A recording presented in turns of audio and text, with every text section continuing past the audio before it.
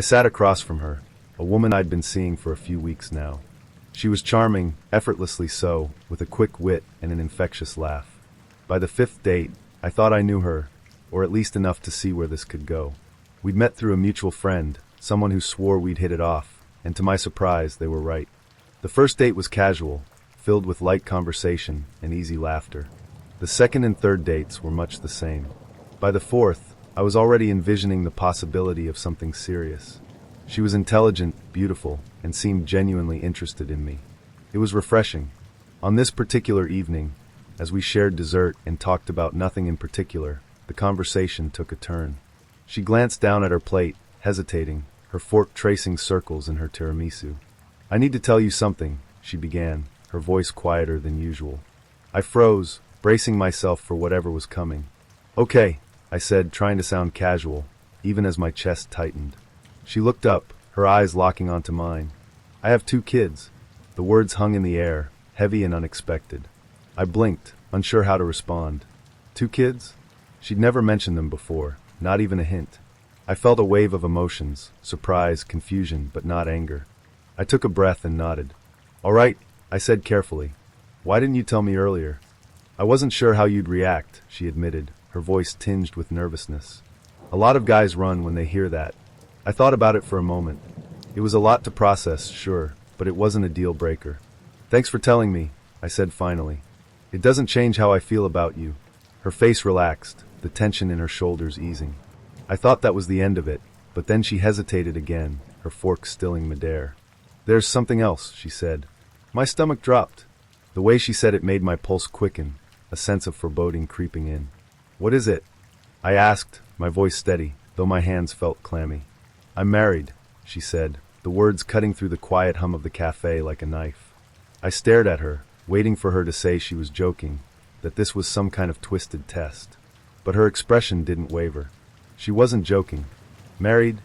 I repeated, the word tasting foreign and bitter on my tongue. She nodded, her gaze dropping to the table. "We're not together like that anymore," she said quickly, as if that would soften the blow. "It's just complicated. We've been growing apart for years." I couldn't believe what I was hearing. The woman I'd started to fall for had been hiding this monumental truth. "So, let me get this straight," I said, trying to keep my voice from shaking. "You've been dating me while married?" "Yes, but—" she began, but I cut her off. "Do you realize how wrong this is?" I asked, my voice rising. The people at the table next to us glanced over, but I didn't care. "What about him? Does he know? Or your kids? How could you think this is okay?" Her face flushed, but she didn't look ashamed. Instead, she reached across the table, her hand brushing mine. "I can leave him for you," she said softly, her eyes wide and pleading. The words hit me like a punch to the gut. "Leave him for me?" As if that would fix anything. My chest tightened, a mix of anger and disbelief swirling inside me. "Do you hear yourself?" I asked, pulling my hand away. "If you can do this to him, what's to stop you from doing the same to me?" She opened her mouth to reply, but I didn't wait to hear what she had to say. I stood up, the chair scraping loudly against the floor as I pushed it back. I couldn't stay there a second longer. "I'm done," I said, grabbing my coat. "You need to figure out your life before dragging someone else into this mess." She called after me, her voice soft but desperate, but I didn't look back. My mind was racing as I stepped out into the cold night air. I felt sick, my stomach churning as I replayed the conversation in my head. How had I been so blind? How had she fooled me so easily? The walk back to my car felt longer than usual. By the time I sat behind the wheel, the initial shock had worn off, replaced by a numb kind of disbelief. I'd thought she was someone I could trust, someone genuine, and instead, she'd been lying from the start. For days, I couldn't stop thinking about it, replaying every moment we'd spent together, every word she'd said. I wanted to find some sign I'd missed, some clue that could explain how I hadn't seen it sooner. But there was nothing, just the sinking realization that I'd been taken in by someone who wasn't who they claimed to be. In the end, I blocked her number, deleted her from my life, and tried to move on. But even now, when I think about her, a part of me still feels that same nauseating twist in my gut. Trust, I've learned, is a fragile thing, and once it's broken, there's no putting it back together. She was sitting by the window when I arrived, her face softly lit by the afternoon sun, a smile that was warm and inviting. She waved me over, and for a fleeting moment I thought this could be something good. But I wasn't in the right headspace. Not even close. The night before, I'd been in a boxing match, the kind of fight that sticks with you long after you leave the ring. My body was sore, my knuckles raw, and my mind wouldn't stop replaying every punch, every feint, every mistake. I'd spent the morning obsessively analyzing the video my coach had taken, dissecting every frame like it held the secret to unlocking perfection. The adrenaline hadn't faded, and neither had my frustration.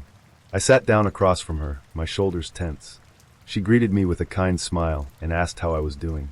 I don't remember my exact response, but it wasn't anything remotely close to what a date should have started with. Instead of asking her about herself, instead of easing into a conversation, I launched straight into my fight. "It was this close," I said, holding my fingers an inch apart. I had him on the ropes in the second round, but I couldn't finish it. My guard slipped. My coach said it's because I was overextending, but I think it was more about my footing. I wasn't planted right, you know. She nodded politely, her smile fading slightly, but I didn't notice. I was too wrapped up in my own world, my own narrative. "I've got the video," I continued, pulling out my phone without even asking if she cared. "Here, let me show you."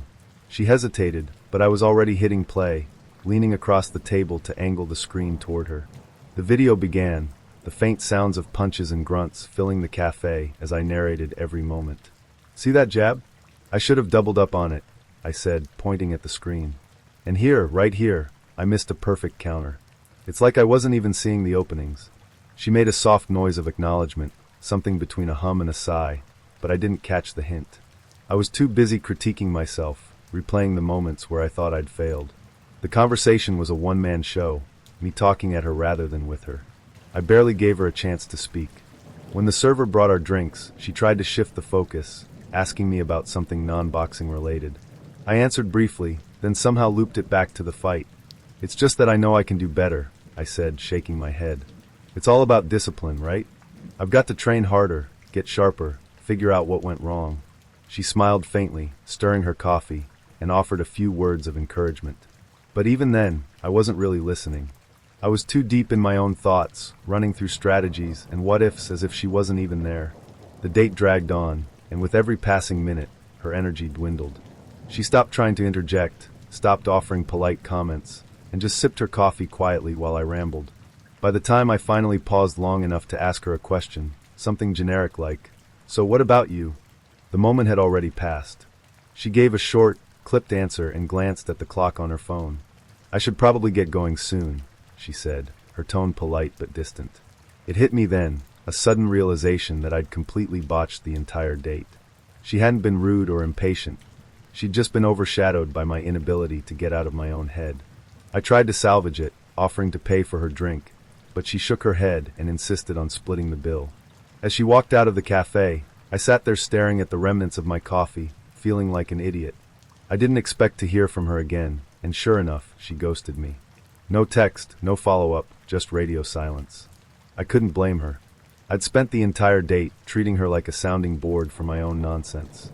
That night, as I lay in bed replaying the day in my head, I realized how badly I'd miscalculated. She deserved someone who was present, someone who cared enough to ask her about her life and actually listen. Instead, I'd turned what could have been a meaningful connection into a self-centered monologue about my fight. The lesson hit me hard. If you've got a load of unresolved thoughts or emotions swirling around in your head, deal with them before going on a date. Call a friend, rant to your coach, or just scream into a pillow. Anything to get it out of your system. But don't drag someone else into your storm, especially someone who's there to get to know you, not your baggage. It's been 2 years since that date, but I still think about it sometimes. Not because I miss her, I barely got to know her, but because it reminds me how important it is to be present, to value the time and energy someone else is willing to share with you. It's a mistake I won't make again. He was a full foot shorter than he'd claimed, and at least a decade older. His tight white jeans, practically painted on, only emphasized the stark contrast between the version of him I thought I'd meet and the reality in front of me. My stomach sank, a wave of disbelief washing over me. I stayed rooted to my spot near the corner table, momentarily frozen by the shock. But then he saw me, his face lighting up in recognition. He strode, no strutted, toward me, his jeans creaking audibly with each step. The glint in his eye suggested he was far too pleased with himself, as if he'd just stepped out of a cologne commercial instead of shattering any hope I'd had for this date. As he approached, I instinctively took a step back. His arms opened wide, and before I could even process what was happening, he lunged at me. His mouth was wide open, aiming for what I could only assume was meant to be a passionate kiss. Time seemed to slow down, my brain screaming for me to react. I twisted to the side, narrowly dodging him. His momentum carried him slightly forward, leaving him momentarily off balance. The awkwardness of it all made my face burn with secondhand embarrassment. Hi, I said, my voice strained as I put more distance between us. He straightened up, recovering from his failed ambush, and grinned as if nothing had happened. Hey, gorgeous, he drawled, his tone dripping with confidence that seemed misplaced given the situation. I couldn't do it. I couldn't sit through this date, pretending like this was okay. Everything about him, from the blatant lies about his height and age to the cringe-inducing white jeans, screamed red flags. But what truly sealed the deal was his behavior, so forward and presumptuous that it left me deeply uncomfortable. I'm sorry, I stammered, already stepping toward the door. This isn't going to work. What? He said, his grin faltering. Wait, hold on a second. But I didn't stop. The sheer absurdity of the situation made my legs move faster. I pushed through the cafe door and stepped into the crisp evening air, my heart racing as I put distance between us. I could still feel the phantom heat of his attempted kiss, the sound of his jeans stretching echoing in my ears. As I walked briskly down the street, my phone buzzed in my pocket. Against my better judgment, I pulled it out to check. It was a text from him. Was it the jeans? I stared at the screen, my disbelief turning into something close to laughter. It was almost impressive how oblivious he seemed to everything else that had gone wrong. The jeans weren't the reason. Well, not the reason, but they certainly hadn't helped. I shoved my phone back into my pocket and kept walking, not bothering to reply.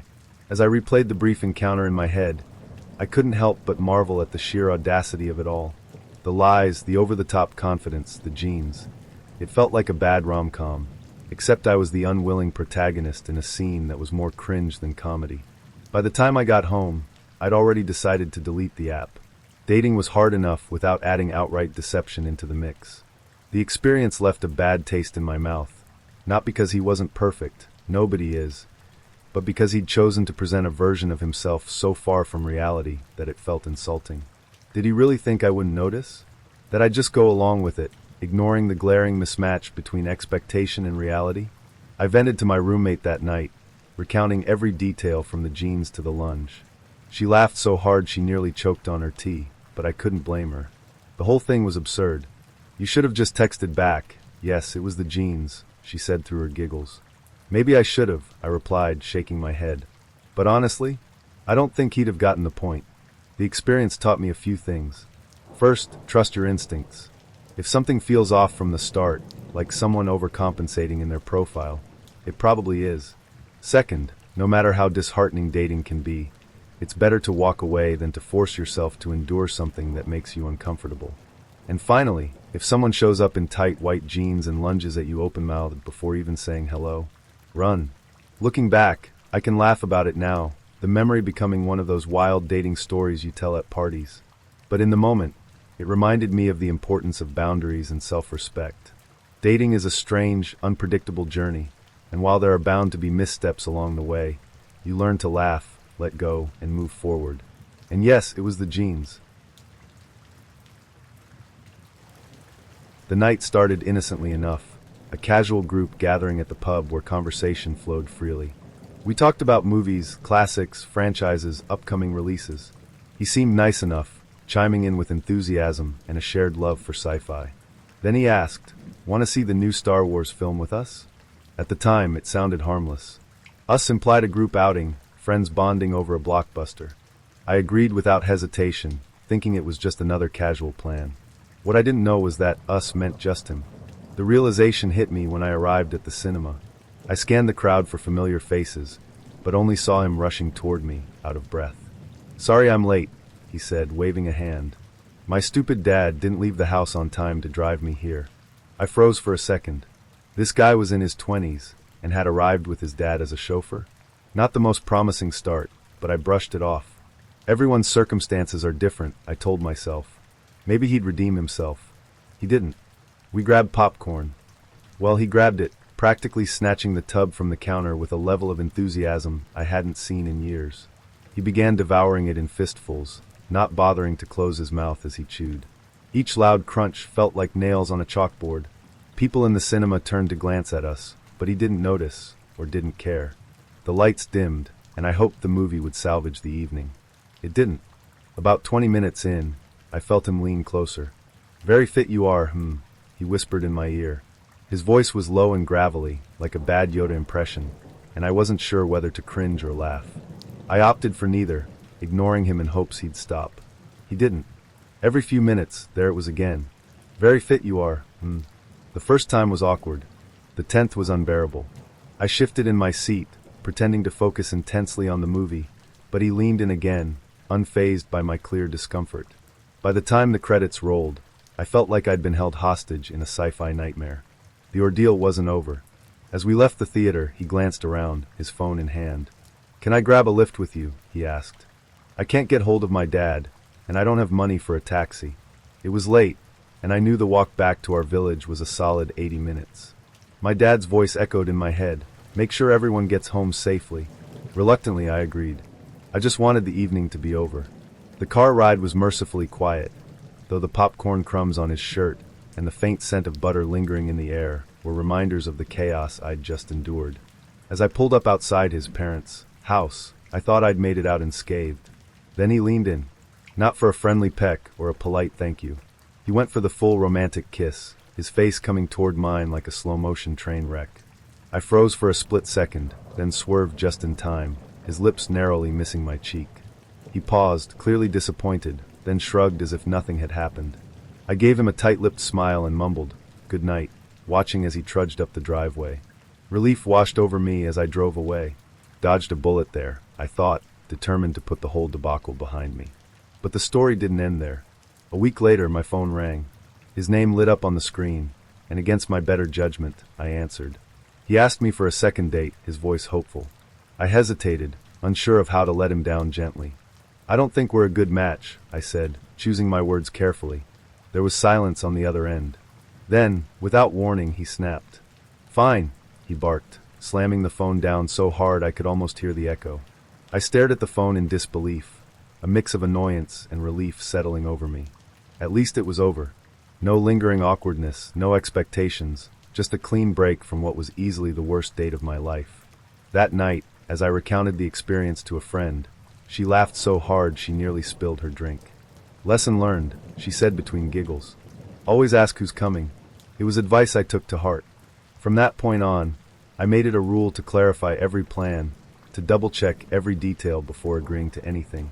Because sometimes, the difference between a harmless group outing and a cringe-worthy solo date is just one poorly chosen pronoun. Now, years later, I still cringe when I think about that night. But I also laugh. It's one of those stories you tell at parties, the kind people can't believe actually happened. And while I haven't watched that Star Wars film again, I'll never forget the lesson it taught me. Trust your instincts and always know exactly what you're signing up for. She waved from a corner booth, a wide smile on her face. I smiled back, nerves fluttering in my chest. Meeting someone new always came with its share of uncertainty, but tonight felt like it had potential. We settled into conversation easily enough. She was funny, charming even, and her stories had a way of drawing you in. I thought this might actually turn out to be a good night. Then, about 20 minutes in, she tilted her head, gave me a serious look, and asked, "Would you marry my niece?" I blinked, unsure if I'd misheard her. "What?" "My niece," she repeated, as though she were asking me to pass the salt. "She needs a passport. If you marry her, it'd help her out a lot." I stared at her, my mind racing. Was she joking? Testing me? But her expression remained calm, sincere even, like she genuinely expected me to consider the proposal. I forced a laugh, trying to lighten the moment. "That's an unusual request." She shrugged, as if she hadn't just dropped the most absurd question I'd ever heard on a first date. "Think about it," she said, her tone casual. The evening pressed on, and somehow we moved past the bizarre marriage request. I wasn't sure what kept me sitting there, curiosity, disbelief, or maybe just the sheer strangeness of it all. By the time we left the pub, she invited me back to her place. Against my better judgment, I agreed. Her apartment was small but cozy, the kind of place that felt lived in. We sat on the couch, talking late into the night. At one point, the conversation drifted toward religion. She told me she couldn't sleep with me because I wasn't Muslim. The statement was matter of fact, like it was simply a rule she lived by. I nodded, unsure how to respond. The night had already veered into the surreal, and this felt like just another twist in the narrative. Still, she offered me her bed to sleep in. "You can stay," she said. "Just don't try anything." I agreed, too tired to argue or overthink it. I climbed into bed, careful to stay on my side, while she lay next to me. Despite the strangeness of the situation, I managed to fall asleep, comforted by the silence of the room. Morning came, and I woke to the feeling of her weight on me. My eyes shot open to find her straddling me, a mischievous grin on her face. "Good morning," she said, her tone playful. Before I could process what was happening, she leaned down and kissed me. Any thoughts of boundaries or her earlier declaration evaporated in an instant. The night's confusion gave way to something unexpected, and before I knew it, we'd crossed a line neither of us had anticipated. The moment was intense, electric, but fleeting. As soon as it was over, her demeanor shifted. She got up, her expression cool, and said, "You should go." I sat up, still trying to piece together what had just happened. "Are you serious?" I asked, half laughing, half confused. She nodded, already gathering my things. "I need to get ready for the day," she said, her tone leaving no room for argument. I dressed quickly, the surreal nature of the past 12 hours hitting me like a tidal wave. The marriage request, the religious barrier, the sudden intimacy, and now the abrupt dismissal. It all felt like a fevered dream. As I stepped out of her apartment and into the crisp morning air, I couldn't help but laugh to myself. It wasn't the date I'd expected, not by a long shot. Walking home, I replayed the night over and over in my mind, trying to make sense of it. There was no making sense of it. Some experiences defy explanation, and this was one of them.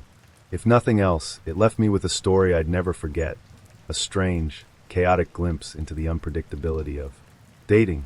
And though I'd never see her again, the memory of that bizarre night stayed with me, a reminder of just how wild and unpredictable human connections can be. Sometimes, the best lesson you can take from an experience is knowing when to walk away. My Tinder date and I were a couple of drinks in, the kind of buzz that loosens nerves and makes conversation flow just a little easier. It wasn't the best date I'd ever been on, pleasant enough, but nothing that screamed potential. Still, I thought, why not see where the night goes? We moved to a late-night bar, one of those places that seems to exist in perpetual twilight, filled with people who have no intention of calling it a night anytime soon. The energy shifted slightly. We both got a bit drunker, and the conversation began to lose focus. I could feel the date sliding into the territory of just okay, but I was determined to salvage it. That's when it happened. We were standing near the bar, and I'd turned away for a moment, distracted by something on the screen above. When I looked back, she was leaning in close to some other guy, laughing at something he'd said, her hand lightly brushing his arm. At first, I thought I was imagining it. She's just being friendly, I told myself. But then I noticed the way he leaned in, the way she didn't pull back. I stood there, unsure of what to do. I wasn't expecting exclusivity, we were on a first date, after all, but there was something undeniably disrespectful about it. I gave it a few minutes, hoping she'd catch my eye and realize how awkward this looked, but she didn't. Instead, I saw her pull out her phone and hand it to the guy. He tapped something into it and handed it back. My stomach sank. When she finally returned to me, she was all smiles, as if nothing had happened. "Ready for another drink?" she asked brightly. I hesitated, debating whether to call her out or just let it go. I decided on the latter, though my interest in the date had dwindled to almost nothing. The rest of the night was a blur of small talk and forced smiles, and by the time we said goodbye, I knew there wouldn't be a second date. I thought that would be the end of my Tinder horror stories, but a friend's experience soon topped mine. My mate had also met someone on Tinder, and their date had started out promising. They'd chosen a casual bar, found a cozy table, and settled in for a night of drinks and conversation. Everything seemed to be going well, until he excused himself to use the restroom. When he returned, he found his date was gone. At first, he thought maybe she'd stepped outside or gone to the bathroom herself. But then the guys at the next table leaned over and told him what had really happened. "She went through your jacket," one of them said, nodding toward the coat he'd left draped over the back of his chair. "Checked every pocket before she walked out." He immediately checked his belongings, his heart racing. Thankfully, he'd kept his wallet and phone in his trouser pockets, but the thought of someone rifling through his things while he was just a few steps away made his skin crawl. He felt humiliated, duped by someone he'd thought was genuinely interested in getting to know him. When he told me the story, his voice was a mix of disbelief and anger. "Who does that?" he asked, shaking his head. "I mean, if you're not feeling the date, just say so. Don't pretend, and then rob me." I nodded, sharing his frustration. Both our experiences, though different, had the same bitter aftertaste. A sense of being blindsided, of realizing too late that the person you'd trusted, even briefly, wasn't who they seemed to be. These kinds of stories stick with you, not just because of the awkwardness or disappointment, but because they remind you of the unpredictability of dating. You step into it hoping for a connection, a spark, maybe even something lasting. Instead, you sometimes find yourself questioning people's motives, wondering if you misread the situation or missed some glaring red flag. For me, that night in the late-night bar was a wake-up call. It reminded me to trust my instincts, to recognize when someone's actions don't align with their words. For my friend, it was a lesson in protecting yourself, even in the smallest ways, never leaving your belongings unattended, even when you think you're in safe company. Dating is a gamble, a strange mix of hope and risk, and not every roll of the dice pays off. But even in the worst moments, there's something to learn, something that makes you more cautious, more aware. And if nothing else, there's always a story to tell. A reminder that even the most awkward, disappointing nights can eventually be laughed about, shared over drinks with friends who've had their fair share of misadventures too. As I walked through the door, I felt a mix of nerves and cautious optimism. First dates were always unpredictable, but I hoped this one would be different. We'd connected online, exchanged messages that were lighthearted and engaging. He seemed intelligent, funny, and thoughtful, exactly the kind of person I was looking for. When he arrived, he was polite, even charming at first. He held the door for me, complimented my outfit, and asked about my day as we were seated. It felt normal, pleasant even. I started to relax, thinking maybe this was the beginning of something promising. But then the conversation shifted. We started talking about university, a topic that inevitably came up when two students met. I told him where I'd gone, feeling proud of the choice I'd made. It wasn't one of the top-tier schools, but it was respected, and I'd worked hard to get there. His reaction, however, was anything but supportive. "Oh," he said, his tone dipping into something condescending. He tilted his head slightly, as if trying to mask his disdain but failing miserably. "That's nice." The way he said it made my stomach tighten. It wasn't the words themselves, but the tone, the unmistakable air of judgment. He might as well have said, "Is that the best you could do?" I tried to shake it off, determined not to let his comment derail the evening. But as the date went on, his true colors began to show. He peppered the conversation with little digs, subtle enough to fly under the radar, but pointed enough to make me feel small. He criticized the food, the service, even the playlist humming softly in the background. It felt like he was trying to elevate himself by tearing everything else down. And then out of nowhere, he dropped a bombshell. We'd somehow wandered into the topic of hobbies, and I was sharing some of mine, reading, photography, hiking, when he interrupted me. "Well, I'm a brony," he said, leaning back in his chair with a smug smile. I blinked, unsure if I'd misheard him. "A what?" "A brony," he repeated, his tone as casual as if he'd just announced he played soccer or enjoyed painting. "You know, guys who are fans of My Little Pony." I stared at him, trying to process what he'd just said. Not because being a brony is inherently bad, but because the juxtaposition was jarring. Here was someone who had spent the evening judging me, judging everything, only to reveal that he was an adult man deeply invested in a children's show about pastel ponies. "Oh," I said, my voice neutral, trying not to let my thoughts show on my face. "That's interesting." He took my polite response as an invitation to elaborate. For the next 20 minutes, he waxed poetic about the show's themes of friendship and acceptance, about the brony community, and how misunderstood they were. It wasn't the subject matter that unnerved me. It was the fervor, the sheer intensity with which he spoke. He was more animated, more passionate, than he had been all evening. Meanwhile, I was trapped in an internal tug-of-war between amusement and discomfort. This wasn't just a red flag, it was an entire parade. By the time dessert rolled around, I was exhausted. The meal felt like it had stretched on for hours, each minute a test of my patience. I kept replaying the moment he'd looked down his nose at my university, the casual disdain in his voice, and then contrasted it with his enthusiastic monologue about cartoon ponies. It was all so absurd that I wanted to laugh, but I also wanted to leave. Finally, the check arrived. I didn't wait for him to offer to split it.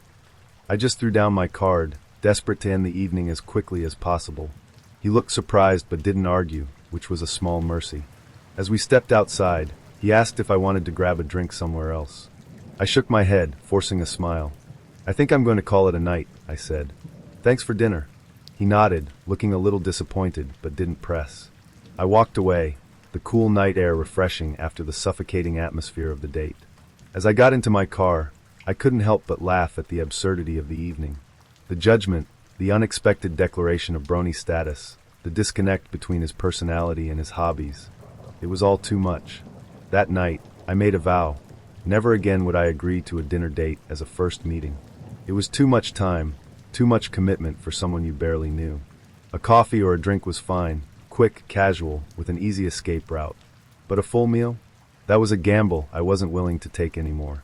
Looking back, the experience taught me more than just the value of shorter first dates.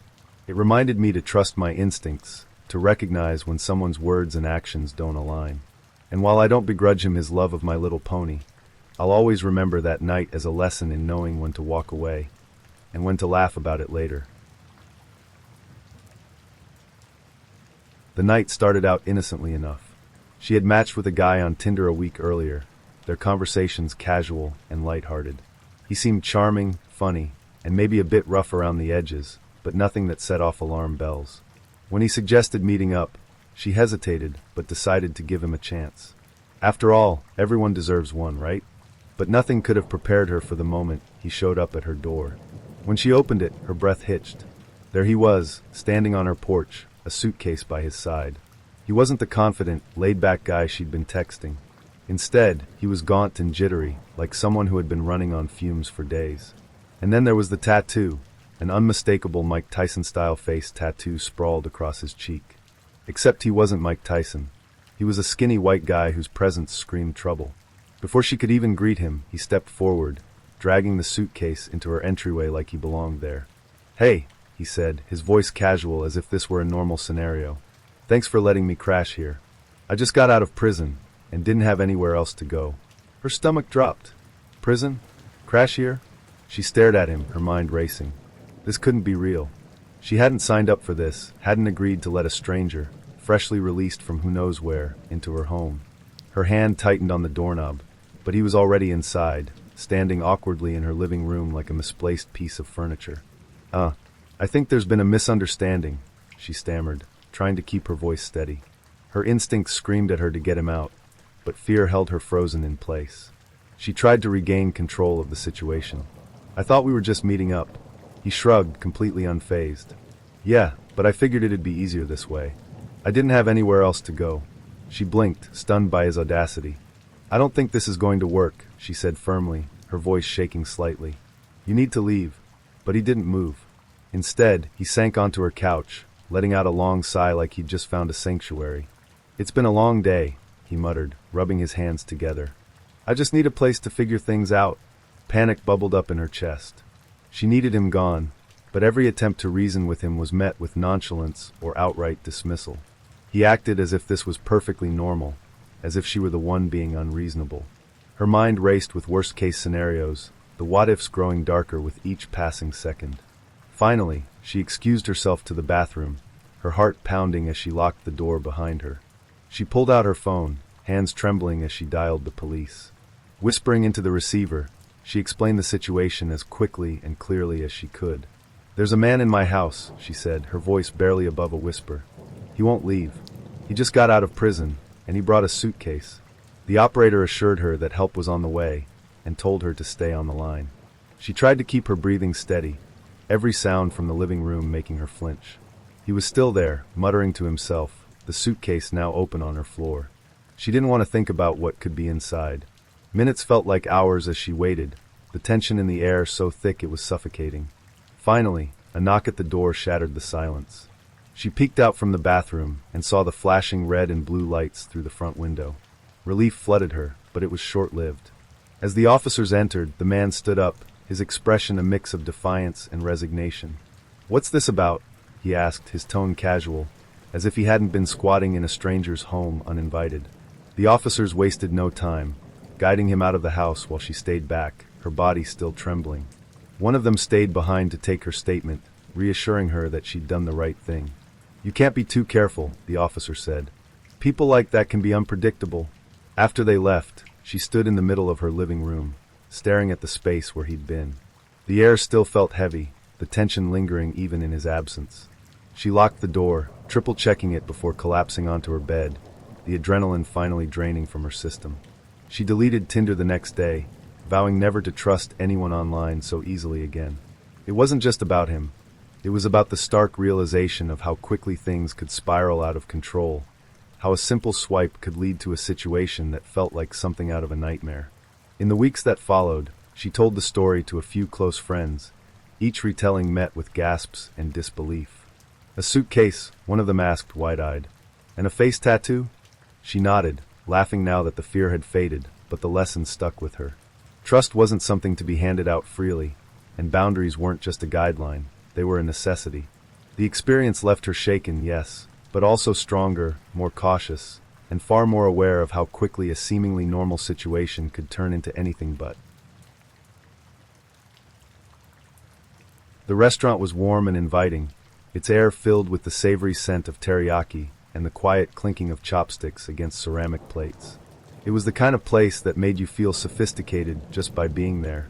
I sat across from him, a guy I'd met online, my nerves buzzing like static electricity. He was polite, handsome in an understated way, and he seemed easygoing, at least at first. When the server brought our menus, I immediately noticed the chopsticks. My stomach sank a little. I'd never been great with them.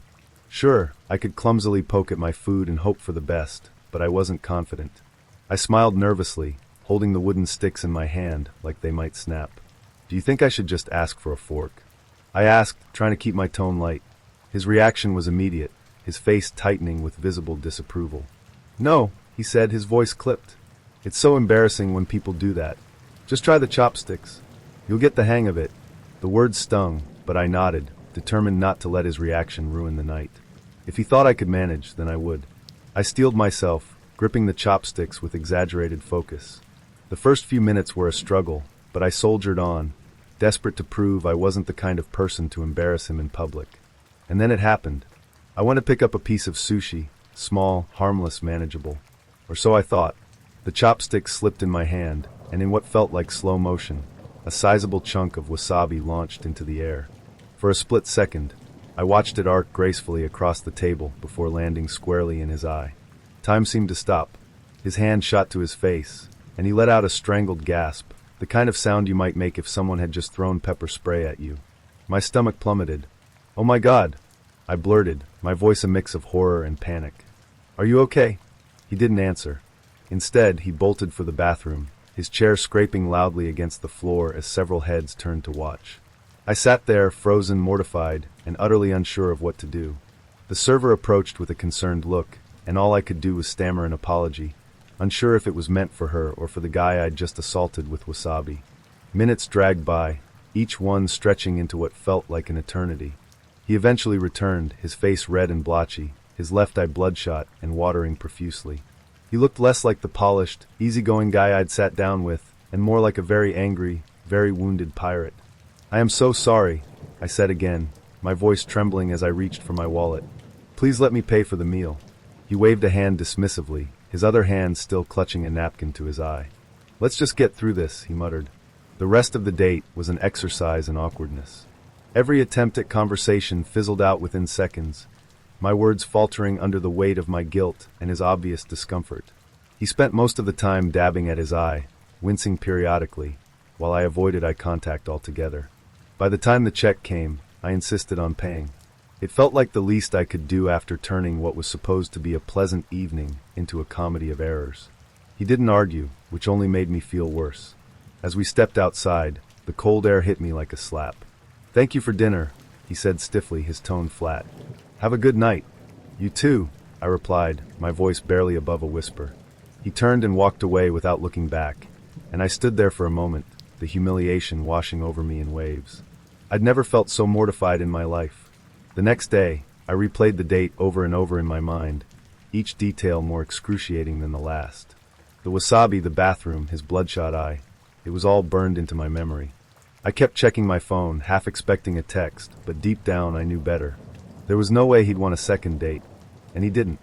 Looking back, the experience taught me two things. First, practice your chopstick skills before attempting sushi on a date. Second, and more importantly, some things are just out of your control. You can plan, prepare, and try your best to make a good impression, but sometimes life, or a rogue piece of wasabi, has other plans.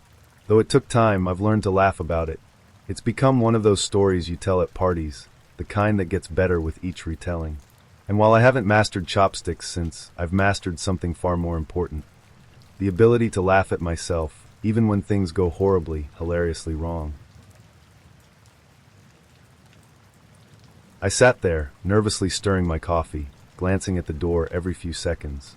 This was a blind date, arranged by a mutual friend who swore we'd hit it off. I was skeptical but curious. She was Norwegian, my friend had said, confident, intelligent, and charming. A fresh face in Prague's tight-knit expat community.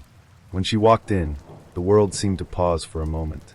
She was striking, with an effortless elegance that made the rest of the cafe seem dim in comparison. She spotted me, and I waved, feeling a strange mix of excitement and anxiety. This could be the start of something, I thought. I stood to greet her, and she smiled politely, though there was a guardedness in her expression that I chalked up to first-date nerves. We eased into conversation. She was witty and sharp, her English flawless. I was doing my best to keep up, to appear as interesting as she seemed.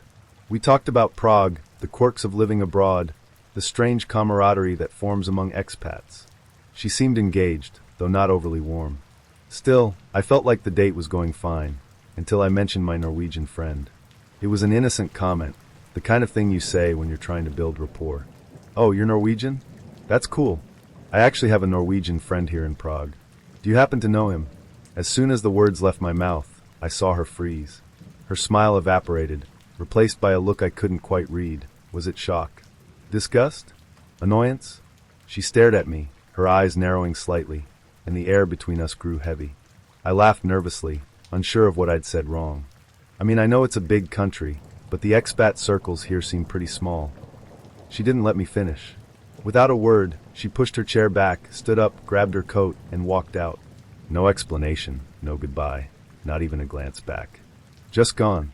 I sat there, stunned, the silence at our table deafening against the backdrop of the bustling cafe. My first thought was that I'd offended her somehow, though I couldn't figure out how. My mind raced, replaying the conversation, trying to pinpoint where it had gone wrong. I felt a flush of embarrassment creep up my neck as the reality of what had just happened sank in.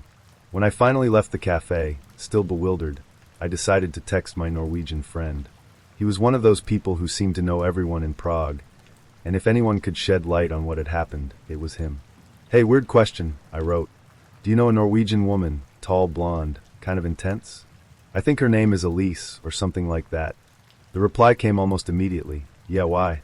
I hesitated before typing back. She just stormed out of a blind date with me after I mentioned you. Any idea why? There was a long pause before his next message arrived, and when it did, I could almost hear the sheepish tone through the screen. Ah, yeah, that might be my fault. We hooked up last week. My stomach sank. Of course. The world of expats in Prague wasn't just small, it was microscopic. What were the odds that the one person I'd bring up in conversation was the very reason she'd left? I felt equal parts frustrated and humiliated. No wonder she'd reacted the way she had. To her, I probably seemed like some kind of accomplice to a bad joke. I told my friend as much, and he laughed. Bad luck, mate. Didn't mean to sabotage you. His response only made me more annoyed. You could have warned me, I shot back. This whole thing was awkward enough without her thinking I was rubbing salt in the wound. The conversation ended there, but the experience stuck with me. Over the next few days, I couldn't stop replaying the moment she'd walked out, the look on her face, the way she'd left without a word. I wondered if I should have handled it differently, if I should have apologized or explained myself. But what could I have said that wouldn't make things worse? In the end, it became one of those stories I told with a mix of embarrassment and humor, a cautionary tale about the perils of dating in a small, interconnected community. It wasn't the first time Prague's tight-knit expat circles had led to an awkward encounter, and it probably wouldn't be the last. Still, the lesson was clear. Tread carefully, especially when mentioning mutual acquaintances. Because in a city like Prague, you never know who's already crossed paths, and how much history might be lingering beneath the surface. The sound of tires idling in the driveway hummed through the evening air, blending with the soft rustle of leaves in the breeze. I'd been pacing near the window for the past 10 minutes, my nerves wound tight. It wasn't just the date, though that was pressure enough. It was the added tension of dealing with my dad. He always had a knack for making things awkward, but tonight I prayed he'd give me a break. Then my phone buzzed in my hand. It was her. "Hey, I'm outside," she said, her voice tinged with unease. "Can you come out? I don't really want to meet your dad." I couldn't blame her. My dad was the type to crack jokes that skirted the edge of comfort, always leaning into his role as the overprotective father. I reassured her and told her I'd be right out. As I hung up, I grabbed my jacket and headed for the door, keeping my movements casual to avoid attracting his attention. But as luck would have it, the creak of the old hinges gave me away. He looked up from the couch, his brows furrowing. "Where are you going?" he asked, setting down his beer. "Out," I replied quickly, hoping that would suffice. "With who?" The words hung in the air, the weight of his curiosity suffocating. I hesitated, glancing toward the door. "Just someone." He stood up, stretching dramatically, a mischievous grin already forming on his face. "Oh, just someone, huh? I think I'd better come see who this someone is." I groaned internally, trying to keep my voice steady. "Dad, it's fine. I'll be back later." But he wasn't listening. He followed me out the front door, his expression practically gleeful. There she was, waiting in the driveway, her car idling, headlights cutting through the twilight. I could see her silhouette through the windshield, her phone in her hand as she fidgeted nervously. When my dad spotted her, his grin widened. "Oh, this is gonna be good," he muttered under his breath.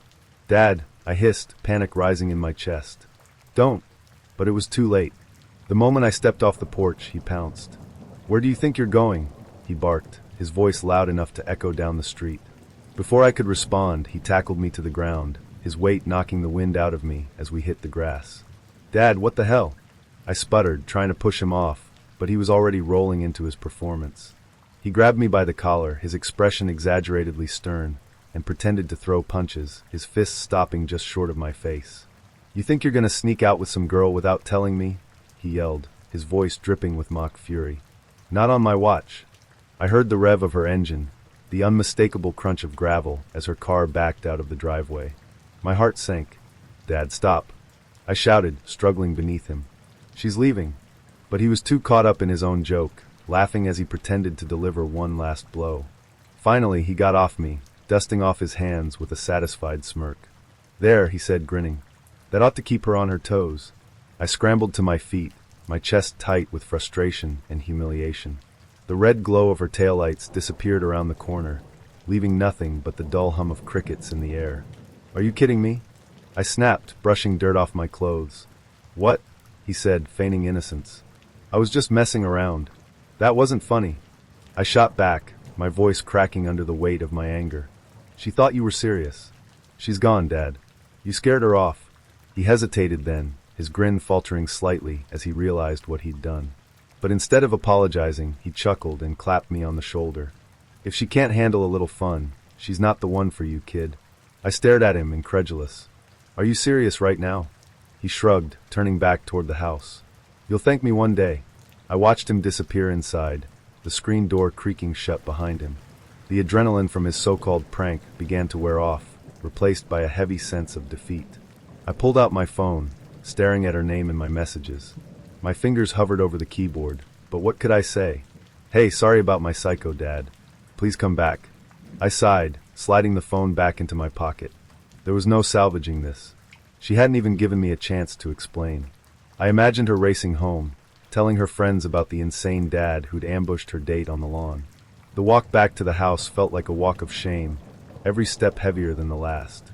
By the time I reached my room, the frustration had settled into something quieter, a mix of embarrassment and resignation. The next day, I tried texting her. Once. Twice. No response. By the third attempt, I gave up. She was gone, and I couldn't blame her. My dad's antics had ruined any chance I might have had, and I was left with nothing but the memory of his ridiculous laugh and the feel of grass still clinging to my jeans. It was a hard lesson, one I wouldn't forget. Not everyone finds your family's sense of humor endearing. And sometimes, their jokes cost you more than you're willing to pay. It was supposed to be a laid-back lunch, nothing fancy, but I'd still put in the effort. Light makeup, a casual yet stylish outfit, hair neatly tied back. First impressions matter, after all. I was hungry and hopeful, eager to see if this online match could turn into something more. When I arrived, I glanced around, half expecting to see him waiting. He wasn't. A quick check of my phone revealed no new messages, so I sat at a table and sent a polite text. "Hey, I'm here. What's your ETA?" His reply came minutes later, running late. "About 30 minutes. Just start eating without me if you're hungry." I frowned at my screen, annoyance bubbling up. 30 minutes? On a first date? The thought of leaving crossed my mind, but hunger won the internal debate. I ordered something small to tide me over and distracted myself with my phone while the minutes ticked by. As time dragged on, I told myself he'd probably apologize profusely when he arrived. Everyone gets delayed sometimes, right? Maybe this could still turn out okay. And then he walked in. The moment I saw him, I froze, my fork hovering in midair. He looked like he'd just rolled out of bed, literally. His hair was a tangled mess, sticking out in every direction like a bird had built its nest there. He wore an old, faded event t-shirt, baggy shorts that resembled pajamas, and a pair of worn-out slippers. His posture was relaxed, his expression cheerful, and there wasn't a hint of apology in his demeanor. "Hey," he chirped, sliding into the chair across from me, completely unbothered by the fact that he was over half an hour late. I couldn't believe it. No apology, no acknowledgement of the time, no sign that he'd even tried to make himself presentable. The irritation I'd been suppressing erupted into disbelief. This wasn't just casual, this was disrespectful. I'd spent time preparing for this date, and he couldn't even be bothered to brush his hair or wear actual shoes. As he opened the menu, I stared at him, my appetite evaporating. He hummed to himself, completely oblivious to the tension building across the table. "So what's good here?" he asked, flashing me a toothy grin. I didn't answer. My mind was already made up. There was no salvaging this. "You know," I said, trying to keep my voice even, "I'm actually feeling pretty tired. I think I'm going to head home." His face faltered for a split second, but he quickly masked it with another overly casual shrug. "Oh, okay. Well, no worries." I stood up, grabbing my bag. If I'd felt any guilt about leaving him sitting there, it vanished the moment I remembered his lateness, his disheveled appearance, and his lack of basic courtesy. He didn't even seem fazed as I walked away. Once I was out of sight, I let out a deep sigh of relief. The date had barely started, but it was already one of the worst I'd ever experienced. I pulled out my phone, blocked his number, and kept walking, grateful to leave that mess behind me. As I replayed the disaster in my mind, a mix of emotions swirled within me. Annoyance, disappointment, and embarrassment danced together, but one thought stood out. How did I not see this coming? I'd gone into the date thinking that someone who wasn't conventionally attractive might put more effort into their behavior, their courtesy, their presentation. I'd assumed they'd understand the importance of making a good impression. But clearly I'd been wrong. His actions, or lack thereof, spoke volumes. It wasn't about looks. It was about effort, respect, and the simple decency of valuing someone else's time. And he'd shown none of that. By the time I got home, my irritation had subsided into something softer, acceptance. It was a lesson learned, a reminder not to lower my expectations or settle for the bare minimum, just because someone seemed nice in text conversations. If they couldn't show respect in person, then they weren't worth my time. That night, I told my friends the story, complete with dramatic reenactments of his entrance and my walkout. They laughed until tears rolled down their faces, and soon I was laughing too. The experience had been frustrating, yes, but in hindsight, it was absurd enough to be funny. The next time I went on a date, I made sure to set my expectations higher, not in terms of looks, but in terms of effort and respect. Because if there's one thing I learned from that disheveled, chirpy guy with his bird's nest hair and oblivious smile, it's this. The way someone shows up for you says everything about how much they value you. And I deserved someone who'd show up ready to match my energy, not just roll out of bed and hope for the best. Dating, they said, was supposed to be an adventure. What they didn't tell me was that sometimes That adventure felt more like a slow-motion car crash, one bizarre twist after another. Each experience brought its own lesson, or at least its own baffling story. But there were three that stood out like the plot of a fever dream. The first story started off promising enough. She was smart, confident, and carried herself with an air of independence. It was the kind of energy that drew me in, making me think, this could actually work. Our first date went smoothly, and over the next few weeks, we met for dinners, drinks, and the occasional movie. Things seemed to be falling into place, until the night it all unraveled. We'd planned dinner at a cozy little spot not far from her office. It was 5 minutes, maybe less, from where she worked, and I assumed we'd meet there. But as I was heading to the restaurant, my phone buzzed. Her text was curt, almost accusatory. "Are you not going to pick me up from my office?" I stared at the message, confused. Her office was literally around the corner. When I explained I was already at the restaurant and had assumed she'd walk over, her response was cold. She showed up with a frosty demeanor that lingered through the entire meal. That wasn't the end of it. Despite her insistence on splitting the bill on every date, she later dumped me after our 5th outing, citing the fact that I'd never fought her for the bill. The irony wasn't lost on me. I'd respected her independence, only to be criticized for it. The entire thing left me scratching my head, wondering if I'd missed some unspoken rule of modern dating etiquette. Then there was the lunch date that spiraled into something I can only describe as surreal. It started innocently enough: good food, light conversation, and the usual back and forth about hobbies and interests. As we finished our meal and stepped out into the sunshine, she grabbed my arm and tugged me toward a nearby store. I glanced up at the sign, Furla. I'd barely processed what was happening when we were inside, surrounded by glossy shelves lined with designer handbags. She glided through the displays with purpose, occasionally glancing back to see if I was following. Finally, she stopped in front of a sleek black bag, picked it up, and turned to face me.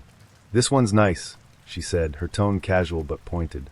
She held the bag out slightly, as if waiting for me to take it. I laughed nervously, unsure of what she was expecting. "Yeah, it's a nice bag," I replied, trying to steer the conversation back to neutral ground. Her smile faltered. She placed the bag back on the shelf, her disappointment palpable. The energy shifted after that, the rest of the afternoon tinged with an awkwardness I couldn't quite shake. I walked away from that date more puzzled than anything else, wondering if she genuinely expected me to buy her a designer bag after one lunch. But the strangest date of all happened in the most unassuming setting, a coffee shop. It was a first date, casual and low pressure. She was charming in the way people sometimes are when they're just a little too confident, and our conversation flowed easily, at least at first. Then out of nowhere, she steered the topic into a very unexpected direction. "So," she said, stirring her latte, "what kind of kinks are you into?" I nearly choked on my coffee. I stammered, caught completely off guard. "I'm not sure that's first date material."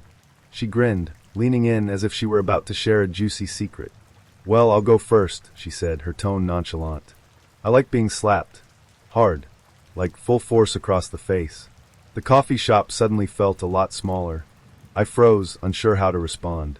She must have noticed my discomfort because she kept talking, filling the silence with a story that made my stomach churn. "It's probably because of my dad," she said casually. "He used to do it to me when I was a kid. Guess it stuck." I stared at her, trying to decide if I was being trolled or if this was some kind of dark confession disguised as banter. Her expression didn't give anything away. She seemed completely unbothered, sipping her coffee like we were discussing weekend plans. The date ended shortly after, and I walked out of the coffee shop feeling like I'd been hit by a truck. To this day, I still don't know if she was being honest, trying to shock me, or just testing how far she could push the boundaries of first date conversation. Whatever her intent, it was a date I'd never forget, and not for the right reasons. Each of these dates left me with more questions than answers. Was I missing some critical piece of the puzzle, or was modern dating just a minefield of unspoken rules and outlandish expectations? I thought about quitting altogether, retreating into the safety of single life, where at least I didn't have to navigate these bizarre encounters. But with time, I learned to laugh about it. These stories became the kind of thing you share with friends over drinks, each retelling more exaggerated than the last. And while they didn't lead to love, they left me with something just as valuable. A treasure trove of memories, proof that the road to connection is as unpredictable as it is absurd.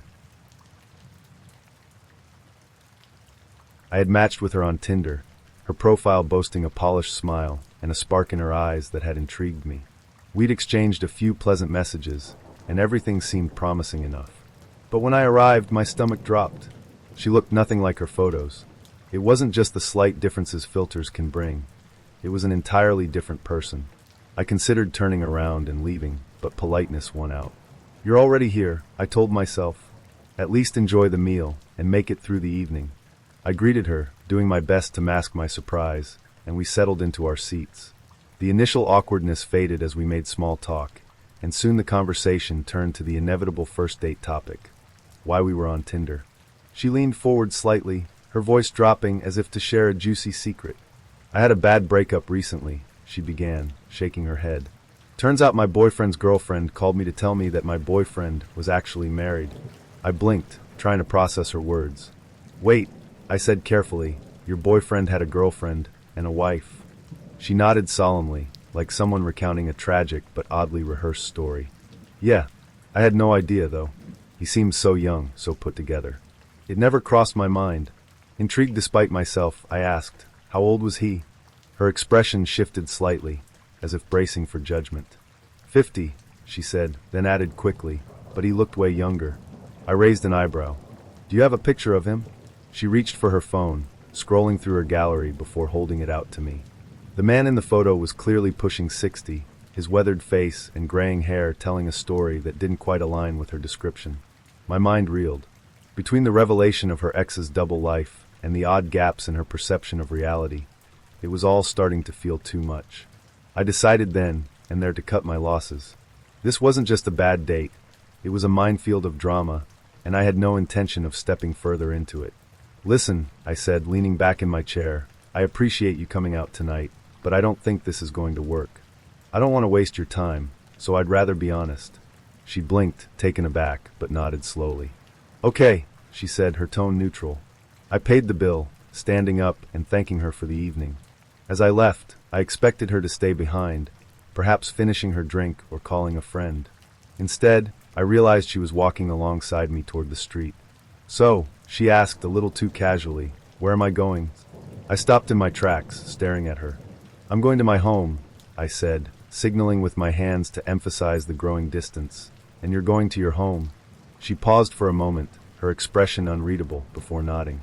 "Okay," she said, her tone a little too cheerful for someone who'd just been turned down. I flagged my ride and headed home, relieved to leave the strangeness of the night behind me. Or so I thought. The next morning, the doorbell rang. Groggily, I checked my video feed, expecting a delivery or a neighbor. Instead, there she was, standing on my porch, visibly upset. "What the?" I muttered, staring at the screen in disbelief. Through the video feed, she began shouting. "Why didn't you text me? Why didn't you want to see me again?" I stared at her, stunned. How had she even found my address? Then it clicked. My home doubled as my office, and the address was listed on my website. Taking a deep breath, I pressed the intercom. "I was clear last night," I said, my voice firm. "We're not seeing each other again." She started crying, her voice rising as she tried to argue, but I cut the connection, turning off the feed. My heart pounded as I stood there, waiting for her to leave. After a few minutes, the silence returned. I checked the feed again. She was gone. For days, I half expected her to show up again, but she never did.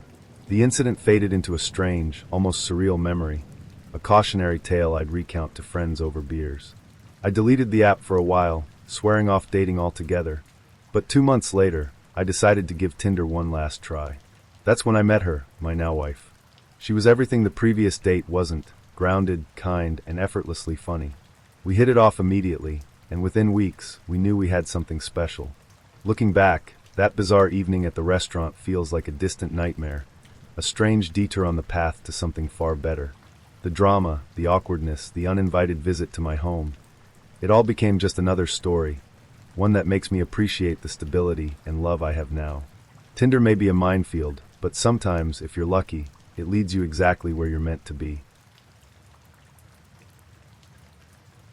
The bustling city street was alive with energy, packed with pedestrians weaving in and out of each other's paths, the hum of conversations and car horns creating an urban symphony. I was navigating the crowd, focused on not bumping into anyone, when I felt him at my side. My first date with this guy, arranged through a mutual friend, had barely started.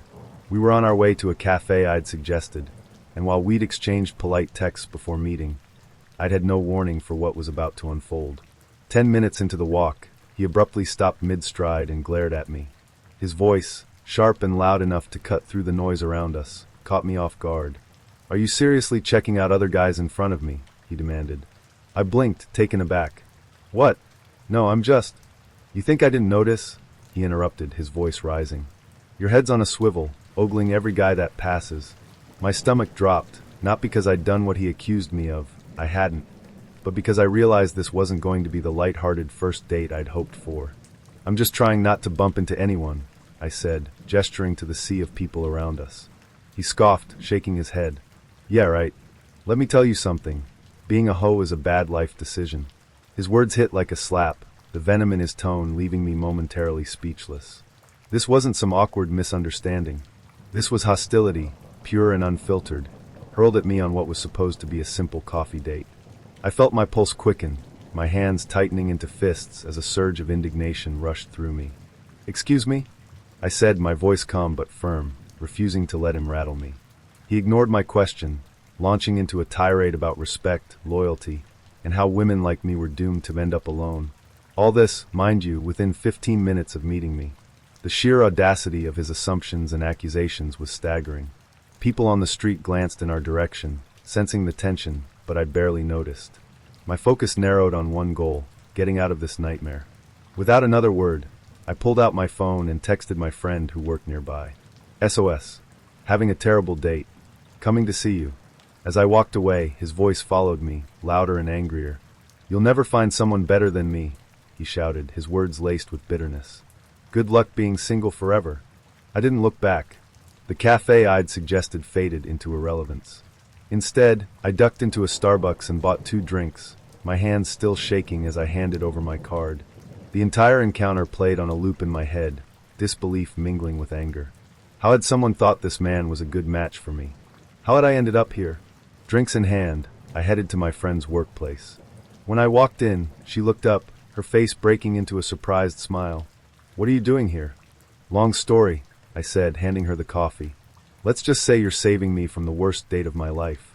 As I recounted the incident, her expression shifted from shock to fury. "Who even acts like that?"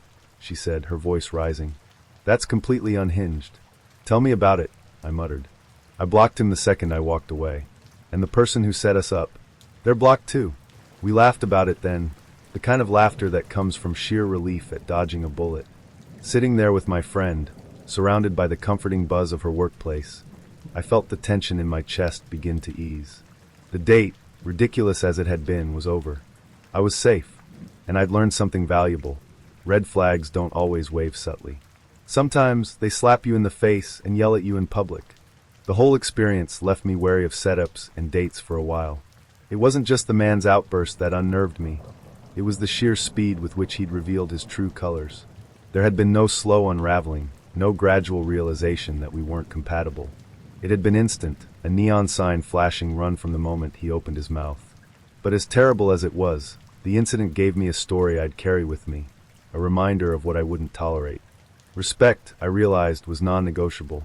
And any man who couldn't extend that courtesy on a first date wasn't worth my time, my energy, or even the breath it took to say goodbye.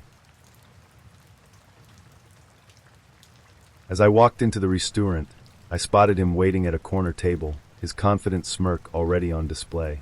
He waved me over, and I felt a flicker of hope that this bumble date might turn out well. But it didn't take long for the facade to crack. From the moment I sat down, he was all bravado. Every word that left his mouth dripped with arrogance as he launched into a monologue about his life. He wasn't just confident, he was cocky, and not in the charming way some people can pull off. He bragged about his career, his gym routine, even the specs of his car. It was like he was trying to brand himself as the ultimate alpha male, as if his identity depended on proving he was the most impressive person in the room. I tried to steer the conversation into more neutral, relatable territory, hobbies, favorite movies, anything, but he kept circling back to himself. My patience was already wearing thin when the bill arrived. It was over $250.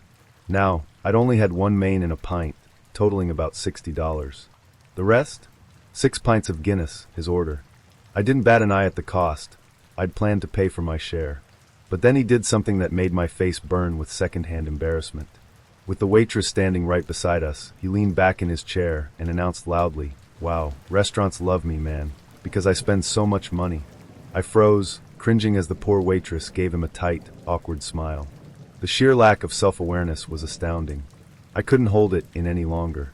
"Can you just stop?" I hissed, my voice low but sharp. Then I glanced at her and mouthed, "I'm so sorry." He either didn't notice or didn't care about my reaction. He paid the bill with a flourish, still basking in his self-proclaimed generosity. As we stood to leave, I prayed the night would somehow salvage itself. But instead, he walked directly into a glass door, his bravado colliding with reality in the most literal way possible. The sound of the impact echoed in the entryway, and I had to bite the inside of my cheek to keep from laughing. He recovered quickly, brushing it off with a forced chuckle, but the second-hand embarrassment was so thick I could feel it in my bones. We stepped outside to book our rides home, and I thought the ordeal might finally be over. Then he lit a cigarette, taking a long drag before turning to me.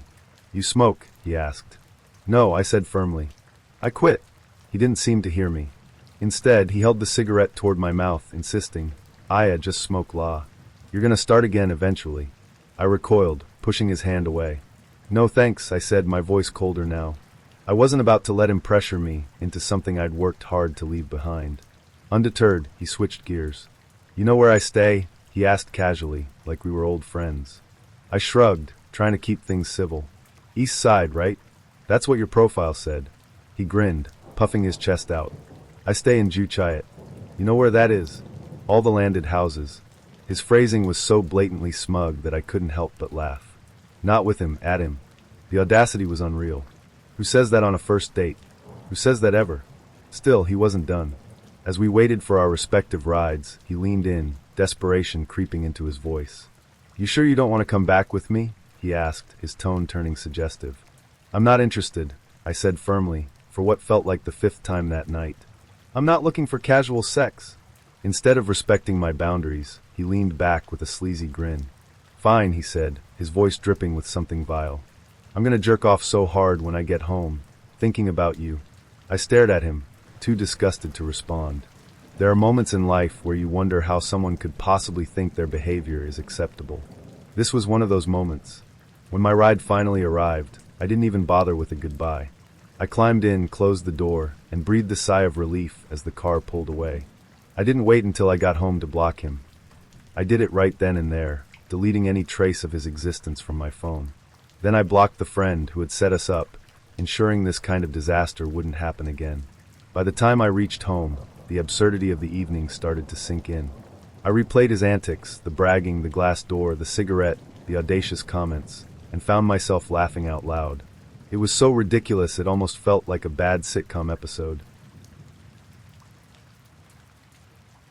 The digital glow of my phone's screen lit up my room as I swiped through the dating app, each profile blending into the next.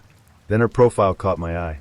She seemed witty, sharp, and her bio hinted at a playful sense of humor. Our chat started light, filled with jokes and teasing, and I thought we hit it off. Over the course of a week, the conversation flowed effortlessly, online at least. By the time we decided to meet in person, I felt optimistic. This could be the start of something good. Or so I thought. We agreed on a casual restaurant for dinner. When I arrived, she was already there, scrolling through her phone. I greeted her with a smile, and she glanced up briefly before returning to her screen. That should have been the first warning sign, but I brushed it off. Maybe she was nervous or distracted. As we sat down, I did my best to steer the conversation into something engaging. "So, what's your favorite thing to do on weekends?" I asked, starting with an easy topic. She shrugged. "Nothing much." Okay, maybe hobbies weren't her thing. "What about your job? Do you like what you do?" Another shrug. "It's all right." Her responses were lukewarm at best, disinterested at worst. I pushed on, determined to salvage the date. "Any fun plans coming up? Maybe a trip or something you're excited about?" "Not really," she said flatly, her tone making it clear she couldn't care less. It was like talking to a brick wall. No worse, a brick wall might have had more personality. Then she turned the tables. "How much do you make?" she asked abruptly, her eyes suddenly sharp with interest. The question hit like a jolt. I'm not really comfortable talking about my salary on a first date," I replied, trying to keep my tone neutral. Her expression soured. "Share only what, cannot ice it," she said, her words tinged with annoyance. That was when the red flags started waving furiously in my mind. I stayed calm, though inwardly I was certain this wasn't going anywhere. "It's not about whether I can or can't," I said evenly. "I just think it's a personal thing to discuss with someone I barely know." Her response was a dismissive scoff. "Fine lore. If cannot share, then no date." I blinked, stunned by the audacity. The polite thing to do would have been to pivot the conversation, but she doubled down. Her tone was sharp, her words dripping with entitlement. Still, I held my ground, refusing to let the situation escalate. At that point, I knew we weren't compatible, but curiosity got the better of me. Against my better judgment, I showed her a vague breakdown of my last paycheck, not because I wanted to impress her, but because I wanted to see where this would go. As expected, her demeanor changed instantly. "Oh wah, so high pay ah," she said, her tone shifting to one of thinly veiled greed. The glint in her eyes was unmistakable. From that point on, the energy shifted entirely. She demanded that I pay for her meal, arguing that someone with my salary should cover it without question. It was less a request and more an expectation, the kind of attitude that grated on my nerves. I calmly told her I'd cover my portion of the bill because, in my mind, this wasn't a date anymore. It was a transaction, and not one I'd agreed to. "Wait, you're not going to pay for mine?" she asked, her voice rising in indignation. "No," I said firmly, placing $25 on the table for my meal. "This isn't a date anymore." Her reaction was a mix of disbelief and irritation, but I wasn't about to let her guilt me into paying for something she clearly saw as a one-sided affair. I stood up, thanked her for the evening, more out of habit than sincerity, and left the restaurant. As I walked home, the evening replayed in my mind, each moment a lesson in recognizing red flags early. The online connection, so easy and engaging, had been nothing more than a facade. In person, she was uninterested, transactional, and entitled, and I'd wasted an evening trying to engage with someone who clearly wasn't worth the effort. Still, I didn't leave the date angry. Disappointed? Sure. Frustrated? A little. But mostly I was relieved. Relieved that I had trusted my instincts and drawn a line when things crossed into uncomfortable territory. Relieved that I hadn't caved to her demands. And relieved that I'd learned something about setting boundaries, because if there's one thing this date taught me, it's that no connection, no matter how promising it seems online, is worth compromising your self-respect. As I climbed into bed that night, I deleted her number and muted the friend who'd encouraged me to meet her. Some people might see the evening as a disaster, but I saw it differently. It was a reminder that while dating can be messy and unpredictable, it's also a chance to learn more about what you want, and more importantly, what you won't tolerate. The excitement was palpable as I made my way to the restaurant.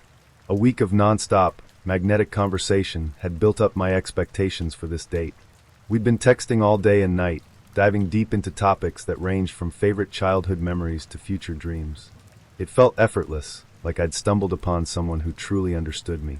My nerves were electric, but I was hopeful. This was going to be something special, or so I thought. As I approached the restaurant, I saw him waving from inside. I smiled, waved back, and walked in. He looked just as he did in his photos, but something felt slightly off. He didn't stand to greet me or make eye contact. Instead, he kept his gaze locked on the menu, as though it held the answers to the mysteries of the universe. I brushed it off, chalking it up to nerves, and took my seat. The air between us felt strange, almost awkward, but I soldiered on. As I scanned the menu, my stomach sank. It wasn't a halal restaurant. I cursed myself internally for assuming it would be.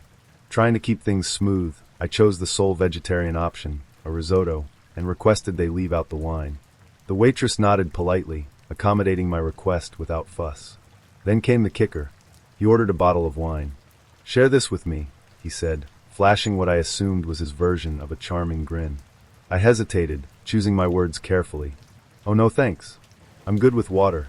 He shrugged, poured himself a glass, and began sipping as though he hadn't heard me. As the wine flowed, so did his inhibitions, or rather, his lack of decency. At one point, he called the waitress a bitch for not smiling enough. My jaw tightened. Sure, she wasn't particularly bubbly, but why on earth did that matter? His entitlement radiated like a neon sign, but I bit my tongue, not wanting to escalate the situation. Trying to salvage the evening, I suggested we play one of the restaurant's get-to-know-each-other games. At first, it seemed to lighten the mood, but then he began dissecting every answer I gave, rephrasing questions to nudge me toward answers that aligned with his preferences. My patience wore thin. He rambled on about his experiences with drugs, describing them with an almost nostalgic affection. Then, mid-swig from his wine glass, he launched into a story about his ex. She didn't want to raise our future kids as Muslims, he said, the irony lost on him as he downed another gulp. I just nodded, unsure how to respond. As the restaurant neared closing time, we decided to go for a walk. I hoped the fresh air would clear some of the tension. Instead, he grabbed the wine bottle to take with him, ignoring my raised eyebrow. Outside, he lit a cigarette and excused himself for a quick work call. I agreed, sitting on a nearby bench as he walked a short distance away. He placed the wine bottle next to me before stepping away, leaving me awkwardly stationed with his leftovers. As I waited, a group of elderly women passed by, glaring at me with disapproval. The weight of their judgment made me squirm, and I stood up, putting distance between myself and the bottle. When he returned, he immediately noticed. "Why'd you leave the bottle alone?" he asked, as though I'd committed some unspoken offense. I said nothing, sitting back down out of sheer exhaustion. Then out of nowhere, he pulled out a vape pen, took a deep puff, and blew the smoke directly into my face. My eyes stung, and I coughed, but he just laughed. "Oops," he said, smirking. "Accident." That was the moment I realized I was done. No more excuses, no more trying to smooth over his behavior. He leaned back, glancing at me with a mix of amusement and disdain. "You're not really my type, anyway," he said offhandedly. "Too goody two-shoes for me." I blinked, stunned by his audacity, but I refused to let him see how angry I was. Without a word, I pulled out my phone, booked a grab, and stood up. "I'm heading home," I said, my tone as flat as I could make it. He didn't argue. He barely reacted. As my ride pulled up, I climbed in and didn't bother looking back. The next day, I felt a mix of relief and frustration. Relieved to be done with him, but frustrated that I'd endured such an awful experience after such promising conversations. Then came the final twist. He ghosted me. I couldn't help but laugh when I realized. Of course, he ghosted me. It was the perfect, absurd conclusion to a date so wildly mismatched it felt like a bad rom-com. If nothing else, the ordeal taught me to trust my gut and to stop giving people the benefit of the doubt when red flags started waving. The connection we'd had over text turned out to be a mirage, a facade that crumbled the moment we met in person.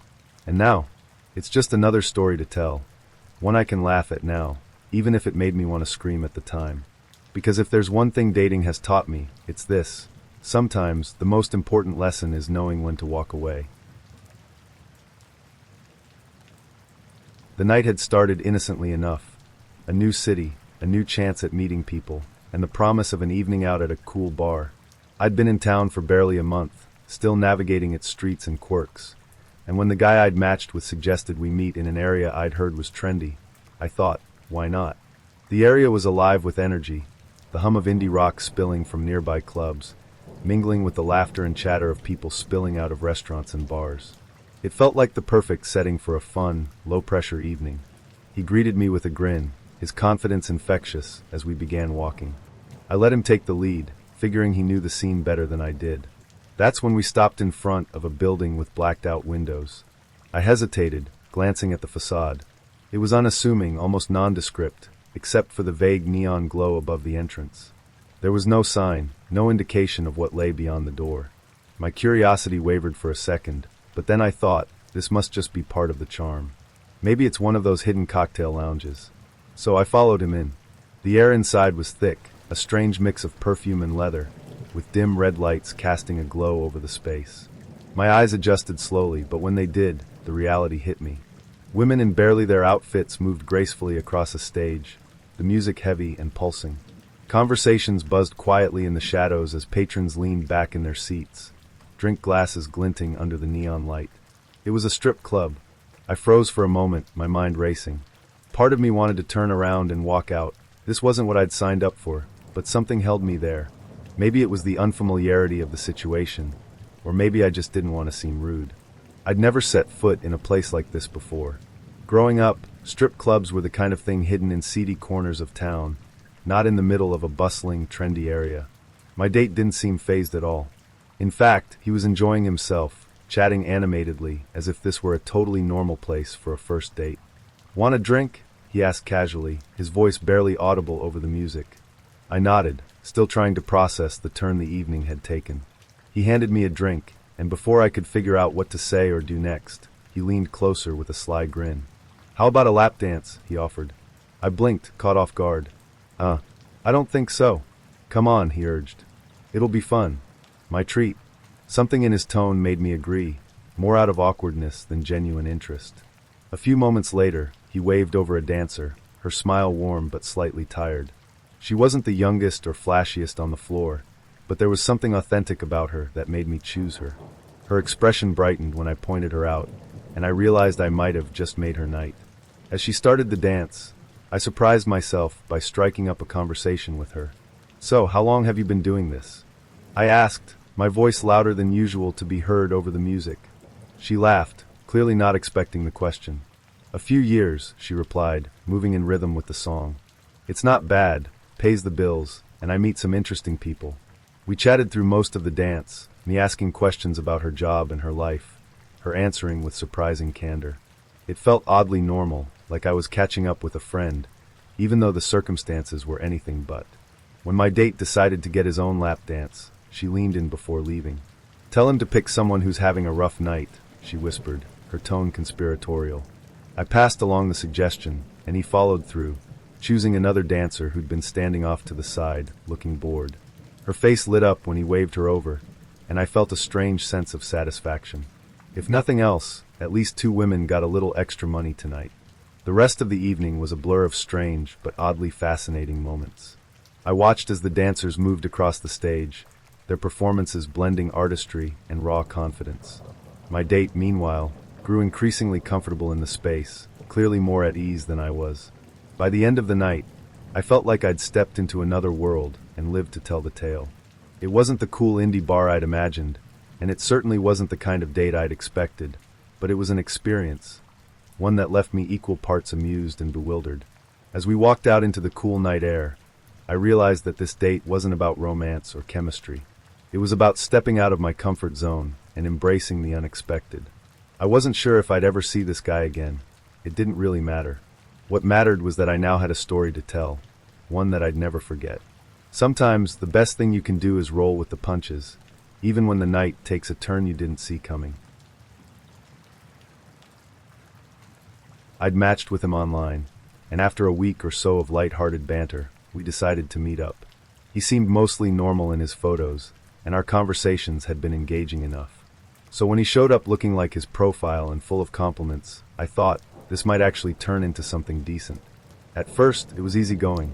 He complimented me often, his words teetering between flattering and over the top, but I brushed it off. Some people get nervous on first dates, and his enthusiasm seemed genuine, even sweet. His energy was high, maybe a little too high, but I wrote that off as part of his personality. We laughed, talked, and shared stories over drinks. It felt like a good time. By the end of the evening, I decided to invite him back to my place. He seemed like a good guy, and the chemistry between us was undeniable. As soon as we got inside, the atmosphere shifted. The playful banter turned into deeper flirting, and before long, we were making out on my couch. It escalated quickly, his hands were everywhere, and the intensity grew. I had to put the brakes on and let him know I couldn't have sex that night. He seemed fine with it, or so I thought. Instead, we settled into fooling around, and I ended up giving him a handjob. Everything seemed normal until that moment, the exact moment he finished. His entire demeanor shifted. At first, it was subtle. He went quiet, his earlier enthusiasm replaced by a heavy silence. His face clouded over, and he looked visibly upset. I couldn't understand why. Sure, it hadn't been a drawn-out experience, but it hadn't exactly been 2 seconds either. I waited for him to say something, but the silence stretched on, growing increasingly uncomfortable. Then it got even weirder. He stood abruptly and began pacing around my living room. His movements were erratic, almost frantic, as if he were searching for something. I watched, confused, as he inspected my patio door, flipping the lock back and forth. Then he wandered into the bathroom, opening and closing the cabinets as if they held answers to some unspoken question. "Are you okay?" I asked, trying to mask my growing unease. He barely acknowledged me, muttering something under his breath that I couldn't quite catch. I followed him upstairs, where he began wandering through my bedroom, touching the light switches and checking the windows. My townhome was multi-story, and soon I found myself trailing him as he climbed up and down, opening doors and inspecting spaces like a detective searching for clues. I didn't know whether to laugh or be scared. His behavior was relentless, as if he couldn't sit still, and his earlier charm had evaporated entirely. My attempts to engage him, asking what he was doing, offering him water, suggesting we sit back down, were met with vague responses or complete dismissal. Eventually I reached my limit. The situation had shifted from strange to downright unsettling, and I realized I had to get him out of my house. Gathering my courage, I put on my most polite but firm voice. "Hey, it's getting late, and I'm feeling pretty tired. Maybe we should call it a night." For a moment, he just stared at me, his expression unreadable. Then, without a word, he grabbed his jacket and left. The sound of the door closing behind him was both a relief and a lingering mystery. As I locked the door, I stood there for a moment, trying to process what had just happened. Everything had gone from normal to bizarre so quickly that my mind struggled to make sense of it. Was it something I'd done? Had he simply been overwhelmed? Or was there something deeper, something I hadn't picked up on earlier in the night? The next day, I replayed the events over and over in my head, trying to find a rational explanation. I even turned to Reddit, sharing the story in hopes of getting some clarity.